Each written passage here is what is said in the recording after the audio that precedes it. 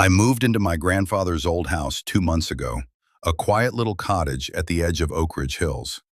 It was a peaceful neighborhood, clean lawns, friendly waves, until the HOA got involved.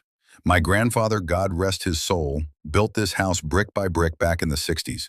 In fact, he helped develop most of this neighborhood. He was a war veteran, a builder, and a proud American. The first thing I did when I moved in was restore his old flagpole and raise the American flag, just like he used to do every morning. 2 days later, I found a bright orange paper taped to my door. It read, "Violation notice, unauthorized exterior decoration, remove flag within 24 hours. I thought it had to be a mistake. So I went to the HOA office to clear things up. That's where I met her, the HOA president. You know the type, clipboard in hand, sunglasses too big for her face, and a permanent scowl like she smelled something rotten. Before I could even finish my sentence, she cut me off.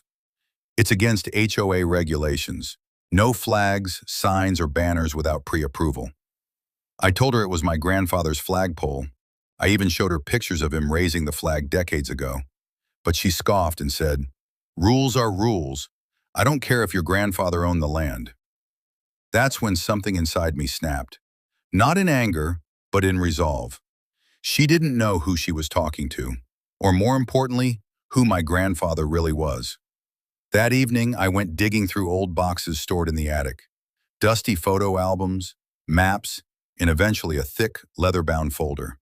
Inside were original land documents, and something more powerful, the founding deed of Oak Ridge Hills, signed by the original developers and my grandfather himself.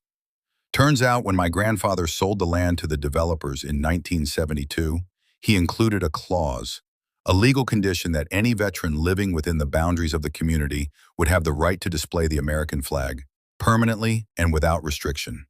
I took copies of the deed, along with notarized verification, and marched back to the HOA office. This time, I didn't ask. I told them. They tried to push back, claimed they had updated their policies. But once I got a lawyer involved and the city clerk reviewed the founding documents, the HOA had no ground to stand on. Their policy was void under the original deed, but the story didn't end there. Word got around the neighborhood. Veterans from all corners of Oak Ridge Hills began flying flags on their porches. Neighbors came over to thank me. Some of them didn't even know about the town's history. The local paper did a feature on my grandfather, calling him the man who built Oak Ridge Hills. And as for the HOA president, let's just say she wasn't president much longer. The board voted her out in less than a month. Now every Sunday morning, the neighborhood flies flags together in his honor. What started as a fine ended in a celebration. And all it took was a little reminder of who